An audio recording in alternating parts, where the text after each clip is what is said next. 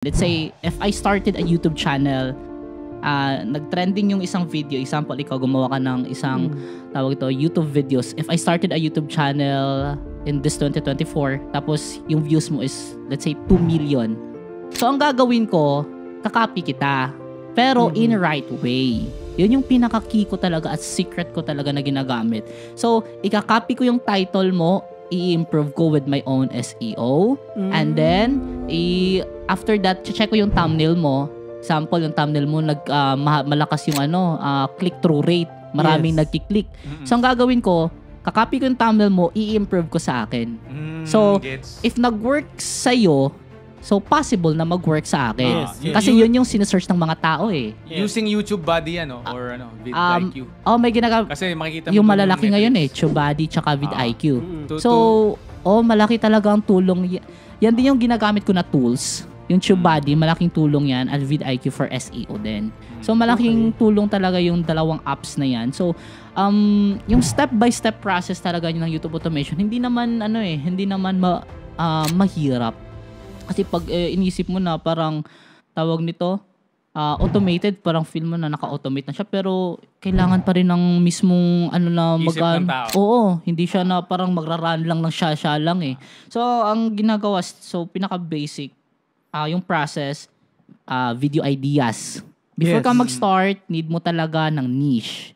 So, yun, mga top 3 niches ngayon. Talk about business, podcast, luxury cars, luxury places, mga tawag ito, mga millionaires mindset, ganon. Yun yung kumikita kasi sila yung mas mga tawag nito, mataas yung duration kasi nowadays, marami ng mga ngayon eh, millennials, Gen Z gusto mag-business.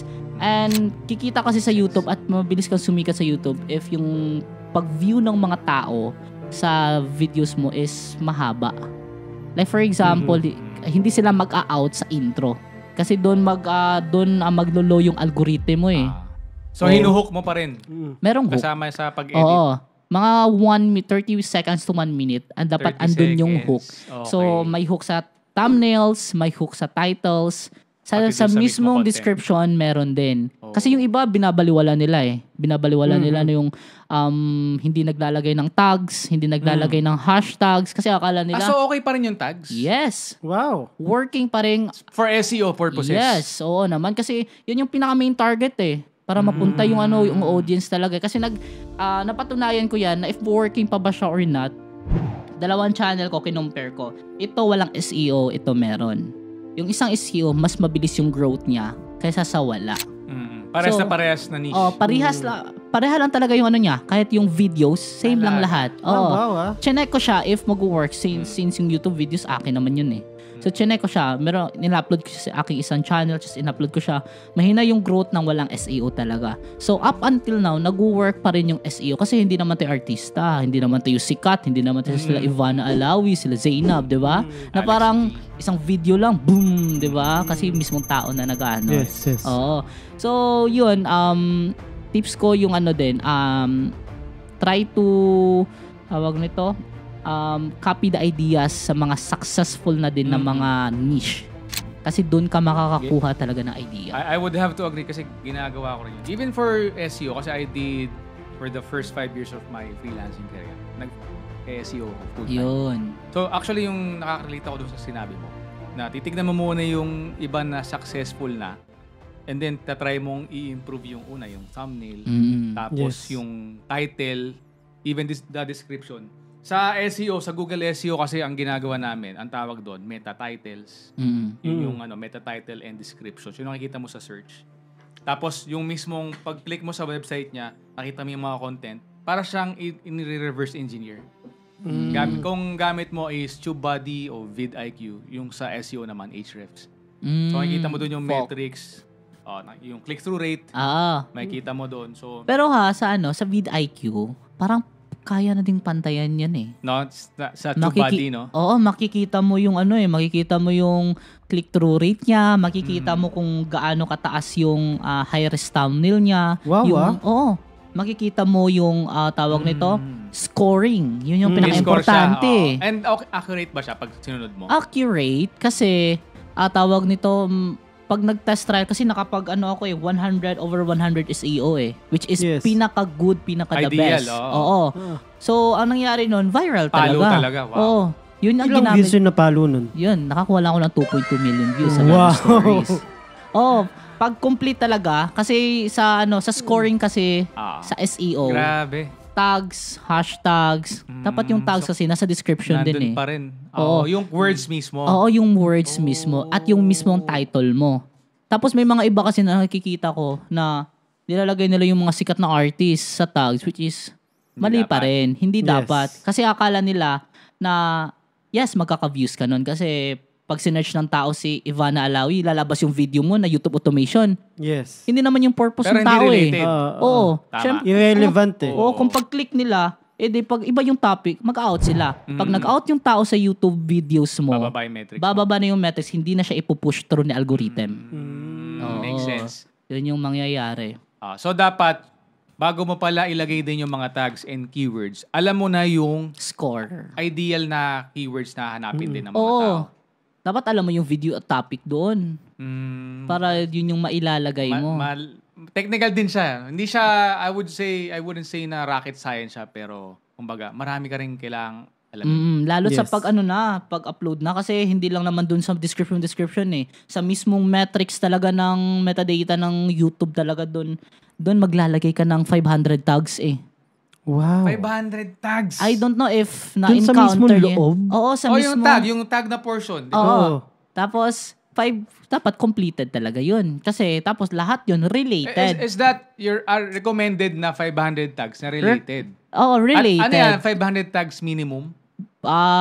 Maximum na yun. Maximum. Okay. Pero ano yung mga minimum? 300, ganun. 300. So, pero ako nagpe-perfect ako ng tags Pina-500 mo talaga. Kasi to make sure na maging viral. Oo, pumapasok yung scoring dun How do you gather the keywords? ChatGPT? Nag-try ako sa ChatGPT, medyo low yung scoring niya talaga. Okay. So, paano mo siya? Kailangan mo meron kang tawag nito, marunong ka din mag-prompt sa ChatGPT. So, pag tama yung prompt mo, lalabas? Pwede. Lalabas siya, pero let's say 50%. Out of 100. So, where do you get the other 50%? Yun nga, nagmamanual ako siya. Yun yung manual. Nagmamanual so, ako. Talaga ng isip mo pa rin. So, sa pagmamanual... Hindi siya madali, guys, Kailangan nyo talaga siyang aralin. Yes, technical siya. Technical, tsaka Pero guys, isipin nyo lang to. 1 buwan, 2 buwan, 3 buwan mo siya pag-aaralan. Then the rest... Milyon na kikitain mo. Lifetime ka na. Lifetime, tama, magiging passive income mo pa siya. Wow. Kasi kahit tulog ka, nagra-run yung views mo, kumikita ka pa rin Diba? And balikan ko yung question mo pala. Sige, yung regarding sa manual, gusto ko lang din i-share. Sige. Kasi, yes, go. Kasi may tawag nito. Ang ginagawa ko din, nagsisearch ako sa YouTube. Like for example, how to cook, let's say, sinigang, ganon.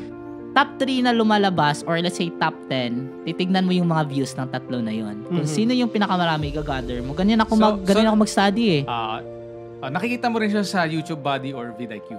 Kung ilan yung volume? Yung volume kasi, yan yung unang lalabas sa search Yes. I mean, let's say yung scoring talaga niya? Hindi, kasi sa SEO kasi ganito. May ginagamit kami na keyword tools.